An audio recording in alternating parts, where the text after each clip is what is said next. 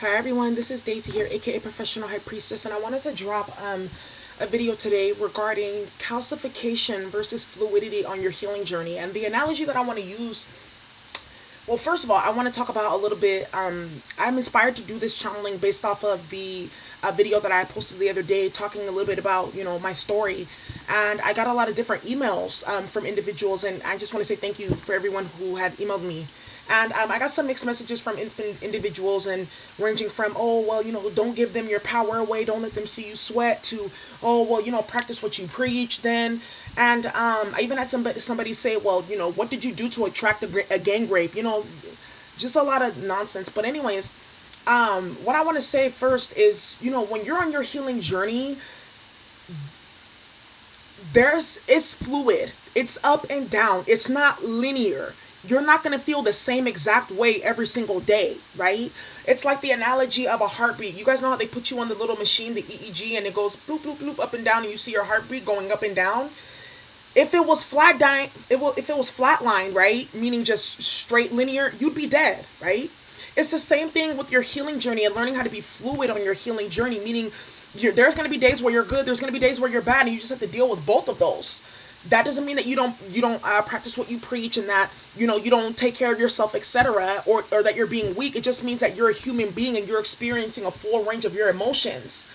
Now, you have to also think about the fact too that and this a lot of individuals, they don't allow themselves the luxury of being able to experience the full range of emotions, from happiness to grief to anger to rage, etc., for whatever reason, because in some ways they're calcified, right?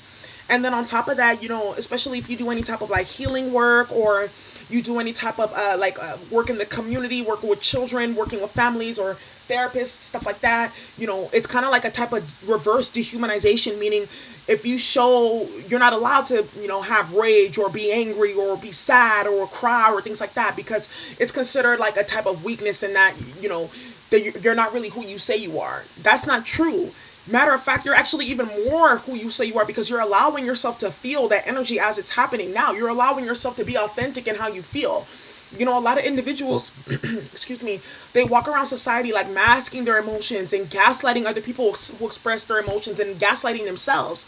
And then they become calcified because they haven't really done the full healing process of that, what you mean. It's like they get to a certain stage in the healing cycle, and then when it gets too real, when they get too deep in that water, oh, I gotta get out. I can't deal with it.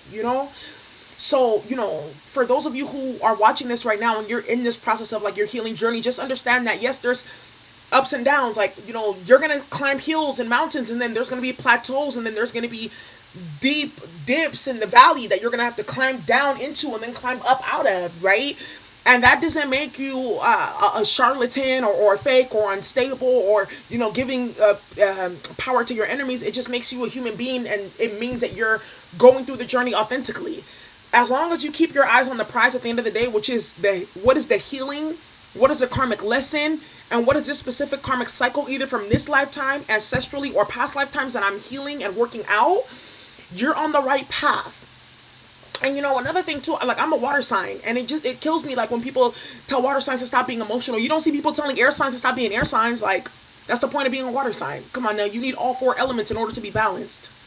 Anyways, another thing that I did want to add on that too was, like, also as women of color, I'm just going to speak specifically for black women. There's this trope in our community where, they have like the whole strong black woman. Like, yes, I'm a strong black woman, and at the same time too, like, I can cry, I can experience emotions, I can be rageful, I can be hood, I can be all these different things, because I'm not limited to just one identity.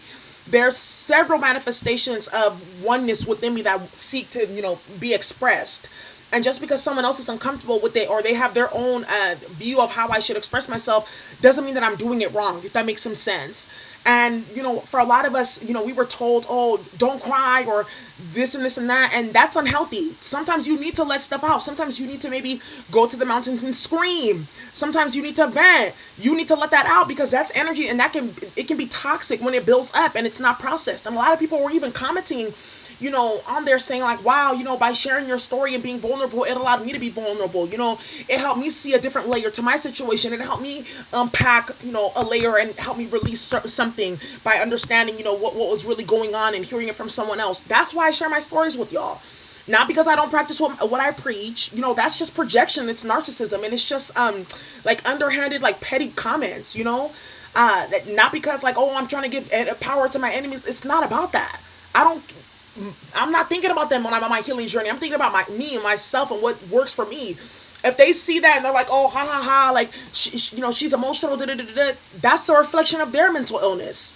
And a lot of us, we've been through certain situations and traumas that we have not healed from, so we've become hardened and calcified. And what that really means is basically like we've become desensitized to our own emotions and the emotions of others, so that when we do see, real, let me see, intense acts of like emotional displays, some people like kind of get recoiled because in a way it kind of activates their own healing that they still need to do, their own water. It stirs their own pot of water, right, that they are hiding and not trying to delve into, that type of thing. So I just wanted to put that out there. And I also know, like, I'm not saying just just because you're not a woman of color that you haven't experienced anybody trying to like silence you or gaslight your emotions or make it seem like you can't express them, but mainly because of what we've been through dealing with colonialism and other different factors. We've had to develop certain type of exteriors to survive. Like for instance, I used to work in the hood, and I used to try to do like healing sessions with them and stuff like that, and it took a while for like some of the women to even start crying because they deal with so much. They can't think about like shedding tears and things like that. They're thinking about, they just killed 2 of my sons back to back type of stuff. Like, oh, I got 3 kids and we're about to get evicted type of stuff, So there's certain factors that we have to also think about it too when we're thinking about, healing from emotional trauma and wounds and things like that. And making sure that we are staying fluid in our journey, because the dance of healing is a constant dance between hardening up and tightening up in certain places and developing a core, and then also softening up in places and becoming vulnerable. It's a constant dance. If it was just one way, then come on now. If it was just one pathway, then what is that really? So, you need to be mindful of that. It's like a constant balancing act. So I just want to put that out there because I've been in those type of situations where I'm like, oh, okay, well, I'm not going to say anything. I'm not going to let them get to me. Da, da, da, da, da. And then years later, like, it hits me what really happened to me. And then, like, I'm just like, what the heck? And for some people that can be really traumatizing, and it can make them disassociate from themselves. It can kind of cause like a split and a fragmentation in their consciousness. That's why I'm like, process it as it's going on. Like, be real about your journey. Talk about what's going on. Like, be open about it so that you don't gaslight yourself and give yourself a mental health problem down the road because you weren't being real with your own emotions, and you were letting other people tell you how to process your emotions and how to feel. And for those of you who are like, oh, well, yeah, but you should do this and you should do that. Like, that's the whole point of the healing journey. You can do all those different things and still feel a type of way. The thing is getting yourself back on, your journey and continuing to use your tools and do things that make you feel better, like dance, music, sing, be creative, etc. Right? So let me get some healing messages for us real quick for those of us who are on our healing journey. I hope that made sense. Dear bright and well-loving ancestors, what messages do you have for those of us who are on our healing journey, please? What messages do you have for those of us who are on our healing journey? And then another thing, I got my hair done, so I was like, ooh, I was feeling whole, brand new. I was like, oh, that's what I needed. I'm such a Libra. Messages for those of us healing. Messages for those of us on our healing journey, from calcification to fluidity. Messages for those of us on our healing journey. Yes, just say yes, right? Just say yes to the process. Just say yes to the fact that it's going to be up and downs. Just say yes to some of the fact that, you're going to feel really, really low at times and you're going to feel really, really high at times. It's about balancing, right? And then it says, mirror, what is triggering you? Exactly.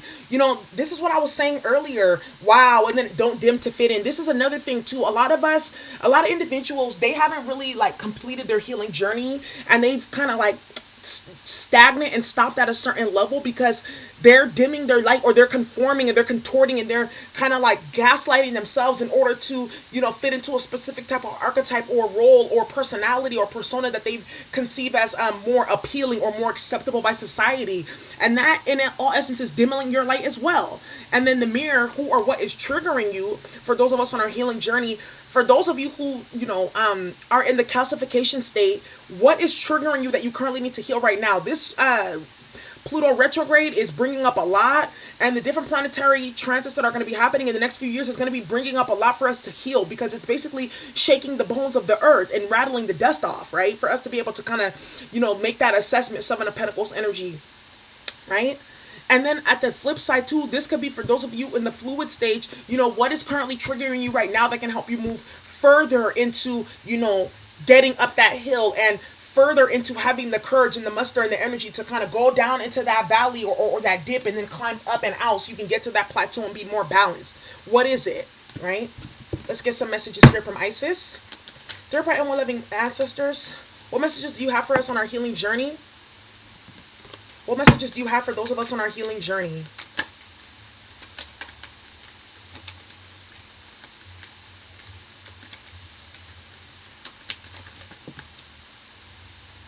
Wow. It says, ooh, and I'm going to take this card at the top of the deck. Okay, wow. So the top of the deck, we have Goddess of 10,000 Names, and then we have the Dark Mysteries here. And then it says, the Dark Goddess calls you to her inner chamber where she holds a test and a gift for you. The test is your willingness to meet and release the fears within that have been secretly holding you back. The gift is freedom, peace, opportunity, and prosperity in all its forms. Will you accept her call? Your time for deeper initiation is here. Yes. And I felt like, even with just kind of sharing that video, and for those of y'all who are going into a deeper level of initiation, it's going to really take you having to recognize some of that hurt, that pain, that trauma, that whatever that has not been healed or not acknowledged or not been spoken, right? It's going to take for you to be able to acknowledge that to get to that next level of your initiation, because that's the test right here. And are you ready? Are you willing to meet and release those fears that have been holding you back? Are you willing to go inside and, look at your own inner waters and allow them to flow, instead of kind of constricting it and holding it and trying to control it because, you're dimming yourself to kind of fit in or conform to some society standard or archetype based on like your gender or your culture or your race or your age or something like that, Then we have Goddess of 10,000 Names here. We'll see what this says. It says, if you have felt constrained by a role, name, or identity and are wishing for assistance in growing beyond it, or if you have sensed a new role or identity calling you into greater expression and would love some divine help in that growth, this oracle indicates the help you need is already with you, urging your growth from within. Wow. That's powerful. The Goddess of 10,000 Names. Are you feeling constrained by a role, a name, or identity, right? So if you feeling constrained of, expressing yourself in a certain way or speaking up and out is counterintuitive to the identity that you've been embedded in for so many years, the Goddess of 10,000 Names is telling you like, no, you can actually transform and shape into and morph into something else, right? You can grow into something else. And this is what I'm talking about, the calcification versus the fluidity. Are you ready to be more fluid in your approach and realize that you are a multifaceted being? You're not just one individual. Are you ready to understand the fact that, yes, you have emotions, you can be rageful, you can be sorrowful, etc. Like, you're not just, supposed to be like kind of like flatline, like I talked about earlier. There's various different aspects to yourself that you need to explore. Are you ready for that?